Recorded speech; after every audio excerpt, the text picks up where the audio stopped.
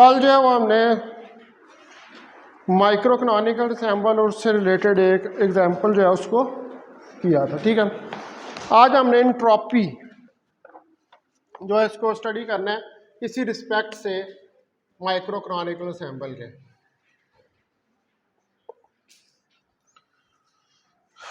तो जो थर्मोडायनामिक्स का प्रिंसिपल है या जो सेकंड लॉ या थर्ड लॉ ऑफ थर्मोडायनामिक्स है, ये बेसिकली किससे डील करते हैं? एंट्रोपी से। तो आप एंट्रोपी की जो डेफिनेशन वैसे पढ़ते हैं वो एंट्रोपी की आप ये डेफिनेशन पढ़ते हैं कि एंट्रोपी जो है it represents the disorder of the system, system के डिसऑर्डर को रिप्रेजेंट करती है। और यहाँ आप ये कह सकते हैं कि डिग्रेडेशन ऑफ एनर्जी या अनअवेलेबिलिटी ऑफ एनर्जी जो है उसको एंट्रोपी जो है वो डिस्क्राइब करती है। तो बेसिकली एंट्रोपी का काम ये होता है कि जब भी डिसऑर्डर प्रोड्यूस होता है, यानी कि किसी सिस्टम के अंदर डिसऑर्डर प्रोड्यूस होता है, तो उस सिस्टम की एनर्जी जो है वो डिग्रेड होना या कम होना शुरू हो जाती है। ठीक है, तो हम बेसिकली इसको यूं ही डिफाइन करेंगे कि the entropy is the measure of the disorder of the system or degradation of energy।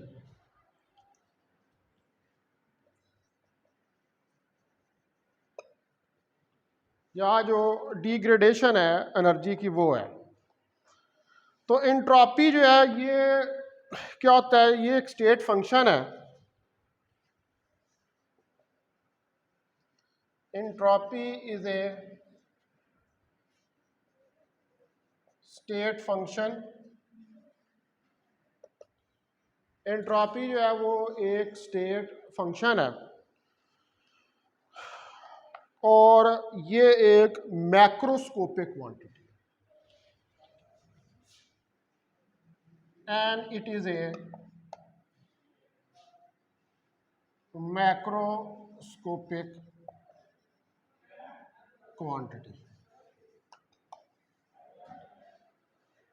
और ये एक मैक्रोस्कोपिक क्वांटिटी है, माइक्रो नहीं है, क्या मैक्रोस्कोपिक है। State function. अब स्टेट जो थर्मोडायनामिक स्टेट होती है उसके फंक्शंस कौन कौन से होते हैं? Temperature, volume, pressure, internal energy, entropy, फिर आगे इनसे वो निकलते हैं जिसको गिब्स एनर्जी कहते हैं, हेल्महोल्ट्ज एनर्जी। सारे जो हैं ये स्टेट के फंक्शंस होते हैं। यानी किसी थर्मोडायनामिक सिस्टम की स्टेट को डिस्क्राइब करना है तो इन सारी चीज़ों से थर्मोडायनामिक सिस्टम की स्टेट जो है उसको डिस्क्राइब किया जाता है सकता है।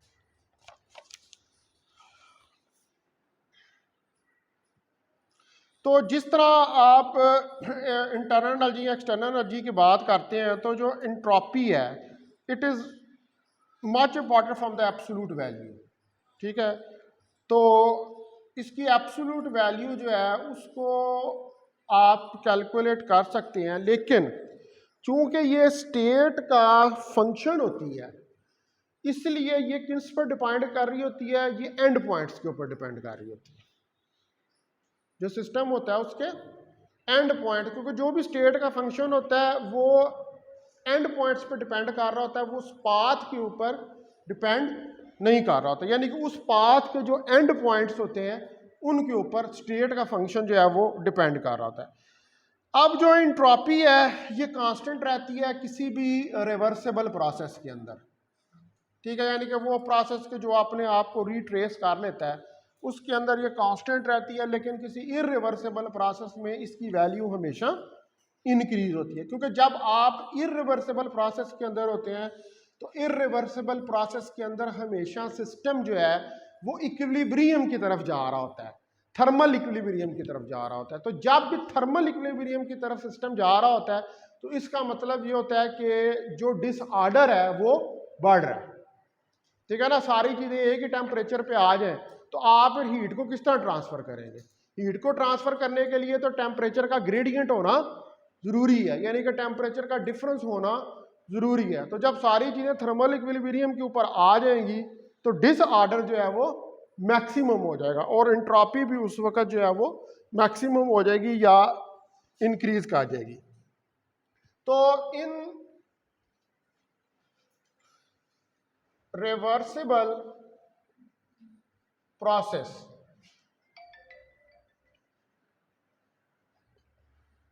the entropy remains constant, but in the case of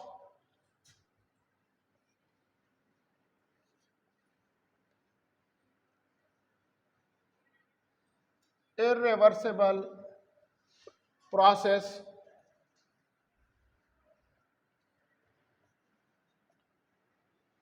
the entropy increases। Irreversible process जो है उसके अंदर एंट्रोपी जो है वो इंक्रीज होती है।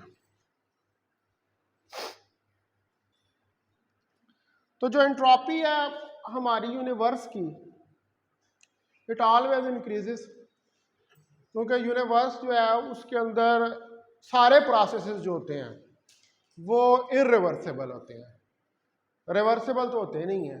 तो वो जितने इरिवर्सिबल प्रोसेसेस हो रहे हैं उन प्रोसेसेस के अंदर लार्ज अमाउंट ऑफ एनर्जी जो है वो वेस्ट हो रही है। तो उस लार्ज अमाउंट ऑफ एनर्जी के वेस्ट होने की वजह से हमारा जो सिस्टम है सारा वो थर्मल इक्विलिब्रियम की तरफ प्रोसीड कर रहा है। ठीक है, तो इस वाला वजह से यूनिवर्स के अंदर चूंकि सारे इरिवर्सिबल प्रोसेस होते हैं इसलिए यूनिवर्स की एंट्रोपी जो है वो हमेशा इंक्रीज करती है, बढ़ती है। अब एंट्रोपी जो है किसी भी सिस्टम की वो टेम्परेचर से भी इंक्रीज होती है। ठीक है, यानी कि अगर आप किसी सिस्टम का टेम्परेचर, अब टेम्परेचर आप किसी सिस्टम का कैसे इंक्रीज करेंगे, उसके अंदर आप उसको हीट देंगे। ठीक है, उसको हीट एनर्जी प्रोवाइड करेंगे। तो जब आप उसको हीट एनर्जी प्रोवाइड करेंगे तो उसके जो एटम्स हैं, ठीक है, जो अपनी मीन पोजीशन के अबाउट वाइब्रेट कर रहे हैं, उनकी वाइब्रेशन इंक्रीज होगी। जब उनकी वाइब्रेशन इंक्रीज होगी काइनेटिक एनर्जी बढ़ेगी, काइनेटिक एनर्जी बढ़ने से टेम्परेचर बढ़ेगा और टेम्परेचर के इंक्रीज होने से रैंडमनेस भी बढ़ेगी। तो जब रैंडमनेस बढ़ेगी तो फिर एंट्रोपी इंक्रीज होगी। हाँ, अगर सिस्टम के अंदर से टेम्परेचर जो है, यानी कि अगर सिस्टम का टेम्परेचर जो है उसको रिड्यूस किया जाए, यानी कि सिस्टम के टेम्परेचर को कम किया जाए, तो फिर जो है वो एंट्रोपी डिक्रीज होती है। जैसे आइस का मेल्ट होना, ठीक है, इसमें क्या होता है, एंट्रोपी डिक्रीज होना शुरू हो जाती है। अच्छा, एंट्रोपी के अलावा वॉल्यूम के साथ भी इंक्रीज होती है। जितना बड़ा आपके पास वॉल्यूम होगा उसके अंदर उतनी ही ज़्यादा रैंडमनेस की अपॉर्चुनिटी जो है वो बढ़ जाएगी। मिसाल के तौर पर ये कमरा है, ठीक है, अब इसके अंदर आप जितने स्टूडेंट्स हैं आपके पास इतनी ऑप्शंस नहीं है कि आप इधर उधर मूव कर सकें। ठीक है, यानी कि रैंडमनेस जो है उसकी ऑप्शंस कम है। लेकिन अगर आप इस कमरे को बड़ा कर दें, इसका वॉल्यूम जो है वो इंक्रीज कर दें, तो फिर आपके पास रैंडमनेस की ऑप्शंस जो है वो बढ़ जाएंगे। तो उसकी वजह से वॉल्यूम के इंक्रीज होने से भी एंट्रोपी इंक्रीज होती है। अब जो एंट्रोपी को हम मेजर करने के लिए बेसिकली जो फार्मूला यूज करते हैं, ये आपने पहले भी पढ़ा हुआ कई दफा कि ds जो है ये dQ/T के बराबर होता है। ठीक है, इसमें dQ जो है ये क्वांटिटी ऑफ हीट है जो कि आप सिस्टम को दे रहे हैं।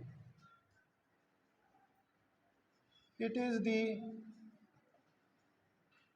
क्वांटिटी ऑफ हीट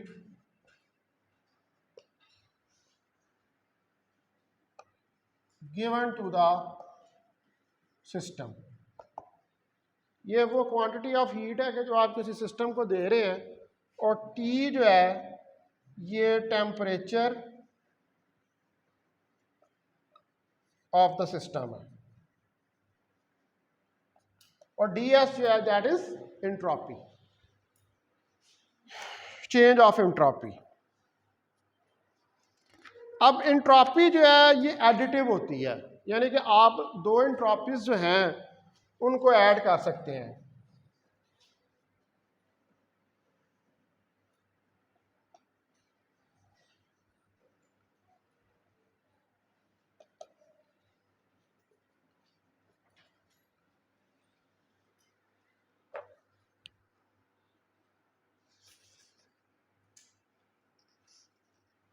तो इसका मतलब है कि जो एंट्रोपी है दो सेपरेट सिस्टम्स की, अगर आप उसको ऐड कर दें तो फिर आप उन सेपरेट सिस्टम्स की कंबाइन एंट्रोपी जो है उसको कैलकुलेट कर सकते हैं। अब ये जो आपके पास टर्म है D S is equal to D Q over T, ये एक एग्जैक्ट डिफरेंशियल इक्वेशन है। ये एग्जैक्ट डिफरेंशियल इक्वेशन का मतलब ये होता है कि ये इनिशियल और फाइनल पॉइंट्स के ऊपर डिपेंड करती है, but it does not depend upon the path. ठीक है, ये क्या है, it is a exact differential equation.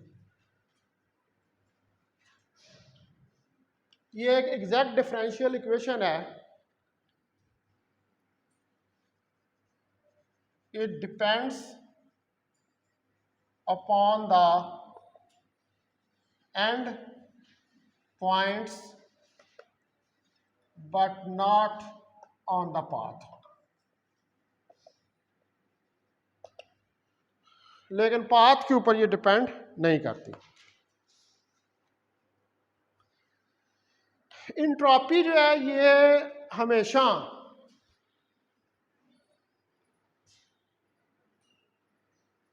Greater than equal to zero होती है। ठीक है, यानी कि जो चेंज ऑफ इंट्रॉपी है, इंट्रॉपी इंक्रीज करती है या कांस्टेंट रहती है। ठीक है, the entropy increases or remain constant किसी भी नेचुरल सिस्टम की। और इंट्रॉपी जो है इसका जो यूनिट होता है D S D Q over T joule पर केल्विन। जूल पर केल्विन के अंदर जो है वो आप इसको मेजर करते हैं।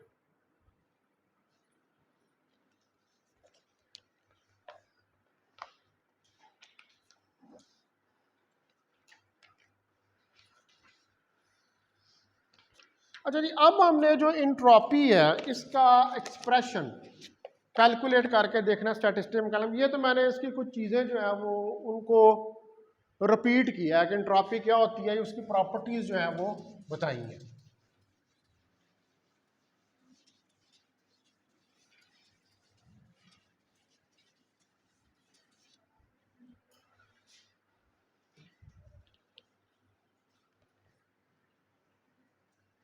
Expression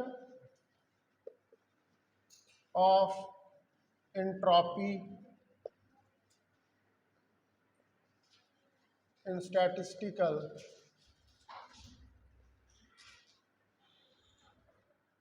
mechanics।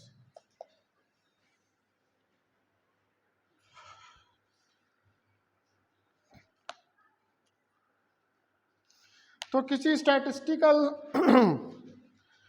डिस्ट्रीब्यूशन के अंदर या इक्विलिब्रियम के अंदर हम जो क्लासिकल स्टैटिस्टिकल मैकेनिक्स है उसमें एंट्रोपी को सिग्मा से डिफाइन करते हैं, लॉग ऑफ डेल्टा गैमा। और गैमा जो है डेल्टा गैमा ये हमारे पास वॉल्यूम है फेस स्पेस का के जो एक्सेसिबल है।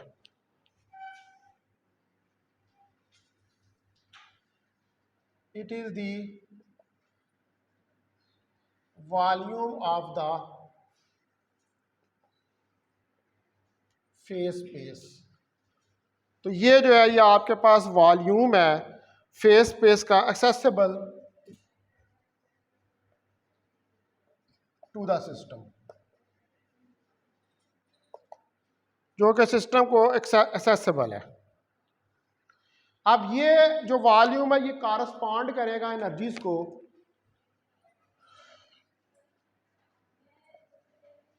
This volume corresponds to energies E and E plus delta E।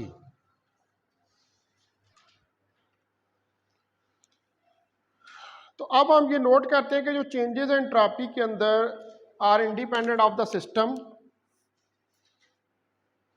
और यहाँ पर ये एंट्रोपी जो है ये बेसिकली यूज हो रही है इसको मेजर करने के लिए। अब देखेंगे ना कि ये इसके डायरेक्टली प्रोपोर्शनल है, तो ये इसको मेजर करने के लिए इस्तेमाल जो है वो हो रही है। हेलो अस्सलाम वालेकुम सर। सर मैं ये ज़रा क्लास ले रहा हूँ।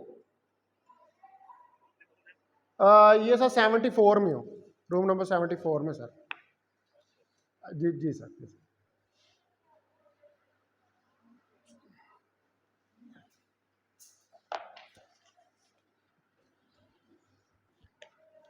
अब ये जो डेल्टा गैमा है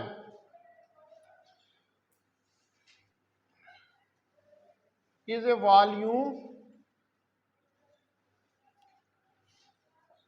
इन A phase space of n points particles, यानी कि जो n पॉइंट पार्टिकल्स हैं फेज स्पेस के अंदर ये उनका वॉल्यूम को रिप्रेजेंट कर रहा है। तो इसकी जो डायमेंशंस हैं momentum multiply by length 3n 3 degrees of freedom और एक्शन 3n के बराबर होंगी। अब जो एक्शन है इसके अंदर ये जो यहाँ पर हमने लिखा है कि तो ये एक्शन जो होता है ये एक डायमेंशन लेस क्वांटिटी होती है, और इसके अंदर h हम कांस्टेंट डिफाइन करते हैं जो कि होते हैं नंबर ऑफ एक्शन। ये नंबर ऑफ एक्शन को डिस्क्राइब करता है।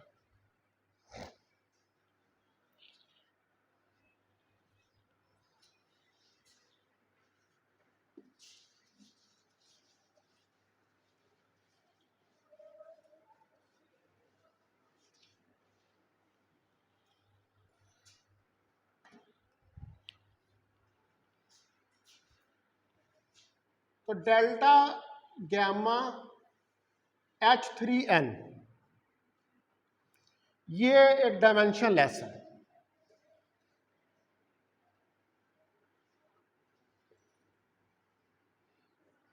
ये क्या है? ये डायमेंशन लेस है। तो then sigma log of delta gamma over H3n के बराबर होगा। अब अगर आप चेंज इन एंट्रोपी जो है वो कैलकुलेट करना चाहते हैं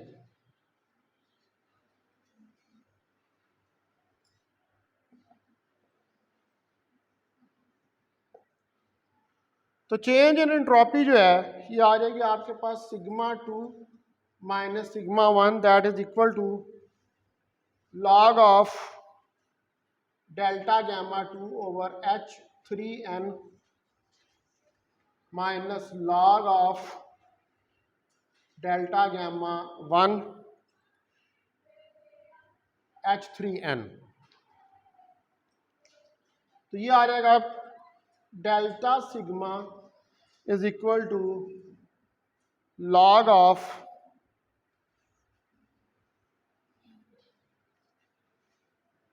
delta gamma 2 over H3n delta gamma 2 over H3n। तो ये H3n तो आपस में कैंसिल हो जाएगा, तो डेल्टा सिग्मा यानी कि change of entropy log of delta gamma 2 over delta gamma 1 के बराबर आ जाएगा। तो ये एक्सप्रेशन जो है it is independent of the units of the system.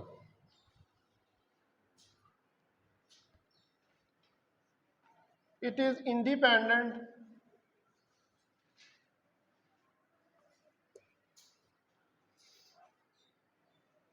of the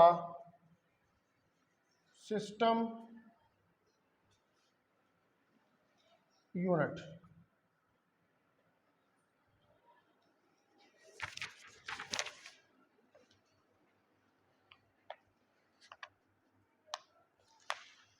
अच्छा, अब ये जो H जिसको एक्शन आपने कहा है,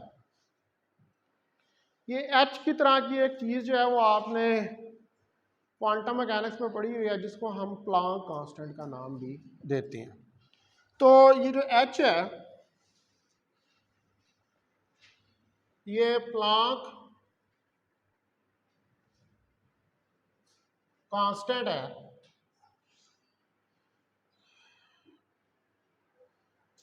इज ए नेचुरल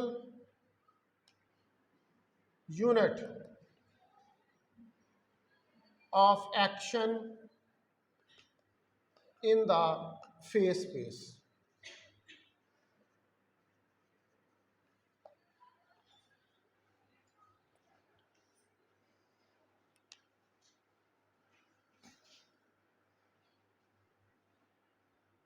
तो जो डेल्टा गैमा है अगर ये डिस्क्राइब करता है as a measure of randomness of the system, ठीक है, यानी कि अगर ये चीज रैंडमनेस को डिस्क्राइब कर रही है तो ये पूरा किसके प्रोपोर्शनल है, डेल्टा सिग्मा के। तो अगर ये फेज स्पेस जो है ये रैंडमनेस को डिस्क्राइब कर रहा है तो इसका मतलब है कि फिर ये जो रैंडमनेस डिस्क्राइब कर रहा है एक्चुअली वो इंट्रोपी है। और लॉग इसलिए साथ लगाया हुआ है क्योंकि यहाँ पर आपके पास लार्ज नंबर ऑफ पार्टिकल्स है, एक पार्टिकल नहीं है, बहुत सारे पार्टिकल्स हैं। तो जब बहुत मकदार में पार्टिकल्स आ जाए तो फिर वहाँ पर आपको लॉग जो है उसको यूज करना पड़ता है। अच्छा, अब जो आगे हमने चीज़ देखनी है वो ये देखना है कि इसको शो करना है कि जो एंट्रोपी है, ठीक है, ये एडिटिव होती है या नहीं होती है, ठीक है। लेकिन अब चूंकि टाइम ओवर हो रहा है तो मैं इसको यहाँ पर अभी छोड़ देता हूँ, ये फिर मैं कल इसको प्रूव करूँगा।